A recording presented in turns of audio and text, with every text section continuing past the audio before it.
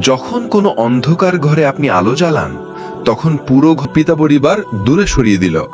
আগুনে ফেলা হলো তাকে, কিন্তু আল্লাহ সেই আগুনকে শান্ত করলেন। তাওহীদের জন্য ত্যাগ, এই শিক্ষা আমরা ইব্রাহিম আলাইহিস আত্মার সামনে দাঁড়ায়। তারা চিন্তা করে, আল্লাহ, আমার অন্তরটা কেমন দেখছেন আজ। মানুষ দুনিয়ার জন্য সব ত্যাগ করে, জীবনের আনন্দ, সময়, নৈতিকতা সব দিয়ে দেয় টাকার জন্য, স্ট্যাটাসের জন্য।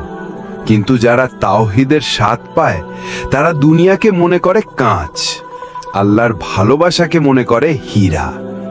তাদের দুনিয়াবি সফলতা আল্লাহর দিকে নিয়ে যায়, ব্যর্থতা দূরে সরায় না, বরং সিজদায় নিয়ে যায়।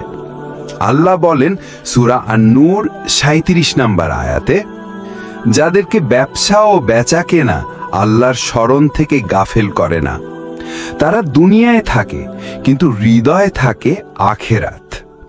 ভালোবাসা মানেই পরীক্ষা, আর আপনি যদি আল্লাহকে ভালোবাসেন, তাহলে আপনার ভালোবাসার প্রমাণ দিতে হবে।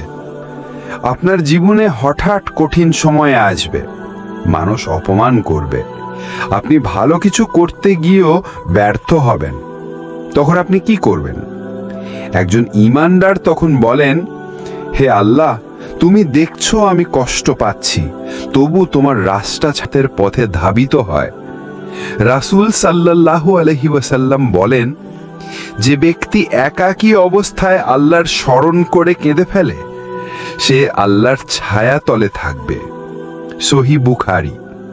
যখন আপনি রাতে উঠে সিজদা করেন, কেউ দেখে না, শুধু আল্লাহ দেখেন, শুনেন, বুঝেন। এটাই সেই সময় যখন আপনি বদলে যান।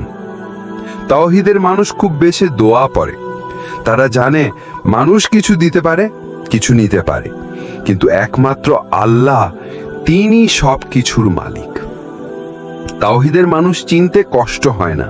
সে হয়তো কাঁদে, সে হয়তো হারায়, সে হয়তো থেমে যায়, কিন্তু একেবারে ভেঙে পড়ে না, কারণ তার হৃদয়ে বসে আছে এক রব।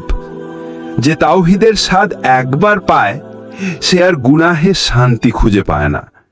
সে রাতে ঘুমোতে গিয়ে বলে, রব্বি